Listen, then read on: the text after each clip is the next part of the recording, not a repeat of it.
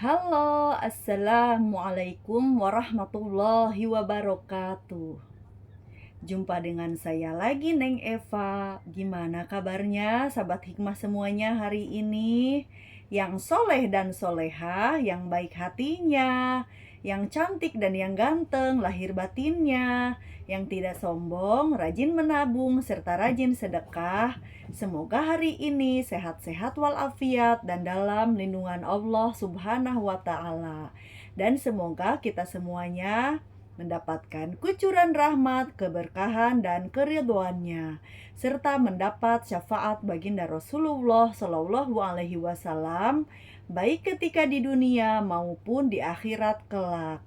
Amin, amin, amin, ya robbal alamin. Baik sahabat hikmah semuanya, sebelumnya saya akan mengingatkan bahwa video konten YouTube ini dibuat untuk umum dan bagi siapa saja yang mau mengambil pelajaran, manfaat, serta hikmah di dalamnya, serta untuk pertumbuhan dan perkembangan jiwa kita setiap harinya. Jadi semangat terus belajar berbenah jiwa. Dan juga video konten YouTube ini dibuat tidak untuk menyinggung siapapun serta tidak untuk merendahkan siapapun. Justru sebaliknya, di sini kita belajar berbenah jiwa, belajar menata jiwa, belajar membeningkan hati dalam rangka ketauhidan menuju Allah Subhanahu wa Ta'ala. Nah, sahabat hikmah semuanya, video konten YouTube ini juga dikhususkan untuk para salikin dan para murodun ya. Salikin itu adalah orang yang menjalankan suluk atau para pejalan ruhani menuju Allah Subhanahu wa Ta'ala untuk sampai kepada Allah Subhanahu wa Ta'ala. Dan juga untuk para murodun, artinya murodun itu adalah orang-orang yang diridhoi Allah, diberikan kemudahan dalam bersuluk atau di dalam perjalanan ruhani itu dimudahkan untuk mencapai makom musyahadah. Itulah disebut dengan murodun, artinya orang-orang yang diridhoi oleh Allah Subhanahu wa Ta'ala ya.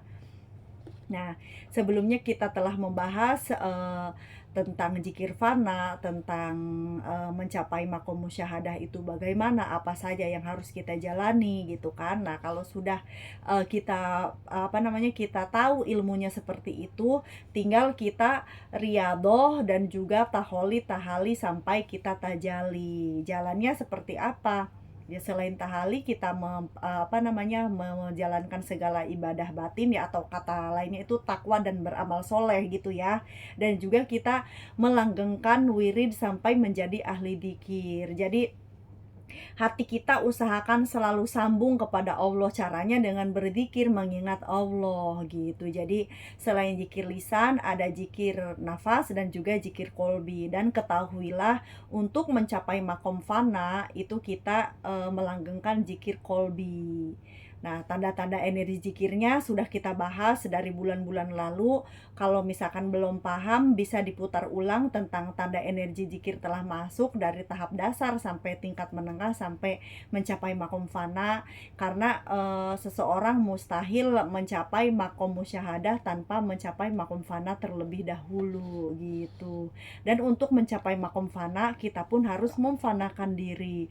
Artinya menenangkan hawa nafsu, mengalir sedikehendakinya Allah, namun tidak melakukan perbuatan-perbuatan buruk ya. Jadi artinya dikehendaki Allah itu ya kita perjalanan kita ini perjalanan yang diridhoi oleh Allah gitu, tapi tidak melibatkan hawa nafsu di dalam selama perjalanan ini gitu. Jadi kalau makan ya makan aja gitu, kalau minum ya minum aja, waktunya ngaji, waktunya ibadah, waktunya aktivitas kerja, usaha apapun ya kita seperti biasa, namun tidak disertai hawa nafsu yang menggebu-gebu, nafsu yang kekerewut di dalam hati. Misalkan harus begini, aku harus begini, kalau enggak dia jadi kecewa, jadi marah, jadi gimana gitu ya. Nah, itu yang harus kita buang, nafsu-nafsu seperti itu yang harus kita sembuhkan, yang harus kita taubatkan gitu. Jadi kita berjalan ke depan lurus menuju Allah tapi disertai dengan zikir, insya Allah hawa nafsu itu akan terkalahkan oleh zikir. Nah, kalau misalkan orang-orang yang sudah menembus udah menembus energi zikir kolbi, namun misalkan belum bisa meninggalkan toksisitas atau hawa nafsu keburukan, entah kesombongan, entah iri dengki, ataupun di dalam jiwanya, karena anugerah Allah itu memang berbeda-beda.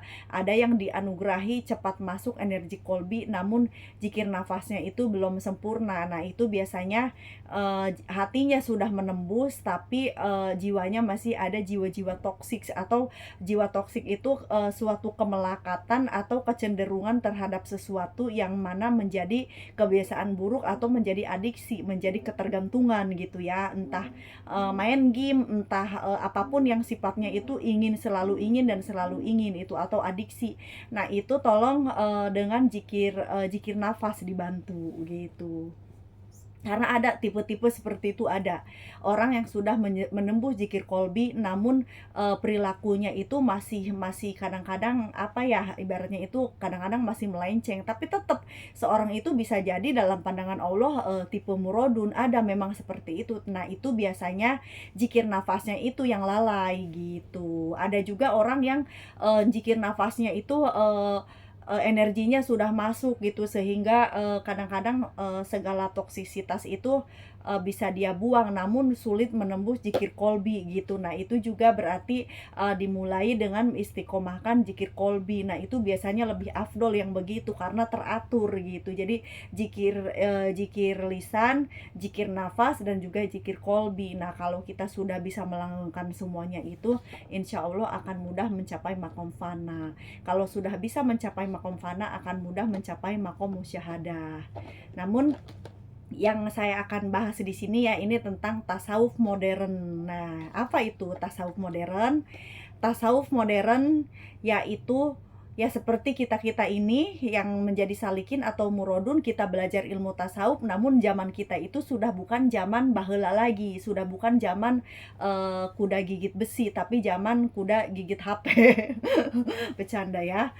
Jadi intinya kita itu hidup di zaman modern, kita hidup di era globalisasi, kita hidup di era milenial, kita hidup di zaman now, kita hidup di zaman kekinian, namun hati kita tasawuf, artinya hati kita bersih dari segala penyakit batin gitu. Dan seseorang belum bisa dikatakan ahli tasawuf sebelum mencapai yang 3 itu ya, 3 rangkaian itu, 3T itu atau 4T gitu, taholi, tahali, tauhid, dan tajali, 4T gitu. Jadi semuanya itu kita harus sampai ya minimal makom fana lah ya. Jadi walaupun misalkan belum makom fana secara pandangan yang dianugerahi oleh Allah seperti zikir fana yang saya sebutkan di itu ya, di session sebelumnya itu, yang kemarin-kemarin itu, jadi kita minimal memfanakan diri dengan riyadhah gitu. Jadi riyadhah kita itu selalu meredam hawa nafsu. Kalau misalkan tadinya makan selalu 3 piring, usahakan ya 2 piring gitu. Kalau misalkan oh iya saya ini kalau minum maunya teh manis mulu, padahal itu tidak baik, misalkan bisa menyebabkan diabetes, ya kurangilah minum teh manisnya. Itu juga bagian dari riyadhah tingkat kecil. Justru dari hal-hal kecil itulah, dari riyadhah hal-hal kecil kita bisa kita bisa riyadhah dengan hal-hal besar gitu. Nafsu-nafsu yang besar itu, nafsu-nafsu keburukan, terutama nafsu toksisitas gitu, nafsu-nafsu yang masih melekat di dalam hati, atau hawa kecenderungan dalam melakukan sesuatu atau kebiasaan yang kurang baik gitu ya. Nah, itu masing-masing jiwa itu tentu berbeda jenisnya. Silahkan bermuhasabah diri, kekurangan kita apa, energi toksik kita yang masih melekat itu apa, kita healing, kita bertobat, kita sembuhkan, dan kita bertahali sampai akhirnya kita tauhid, dan juga kita mencapai tajalinya Allah gitu ya. Jadi tasawuf modern itu adalah ahli tasawuf atau para salikin atau para murodun yang menjajaki atau yang berjalan atau yang menjajaki perjalanan ruhani menuju Allah Subhanahu wa taala di era modern atau di zaman now atau di zaman kekinian. Jadi ibaratnya kita itu tetap, hidup seperti biasanya, misalkan punya HP, misalkan kita punya HP, kita punya Android, punya HP merek apapun silahkan selama mampu gitu kan.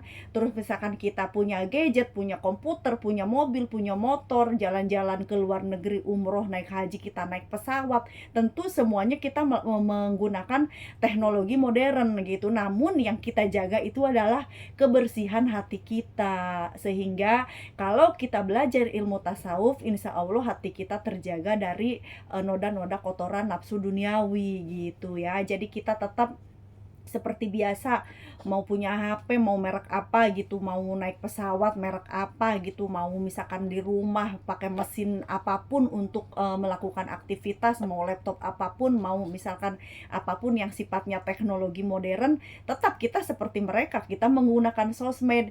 Namun di sini jika kita sudah menjadi ahli tasawuf, walaupun misalkan tasawuf di era modern, tentu kita itu akan berbeda dengan yang lain. Berbeda di sini bukan menghususkan diri biar spesial atau diberi validasi oleh orang lain, tidak. Artinya ketika orang lain perang sosmed menjelek-jelekan orang lain, menghina orang lain, kita di sini menanam kebaikan gitu. Ketika orang-orang lain berlomba dalam menumpuk harta, ya kita memperbanyak sedekah gitu. Terus ketika orang lain sibuk iri dengki dengan orang lain, memposting di sosial media tentang kedengkian, tentang iri dengkinya kepada orang lain, apalagi menghina orang lain, ya kita sibukkan dengan amar ma'ruf nahi mungkar gitu loh. Jadi hati kita tasawuf, namun kita tetap bersosialisasi, berinteraksi sebagaimana kita menjadi manusia yang modern gitu. Karena semakin maju zaman, semakin amburadul pergaulan, semakin apapun bisa diposting, apapun bisa diviralkan,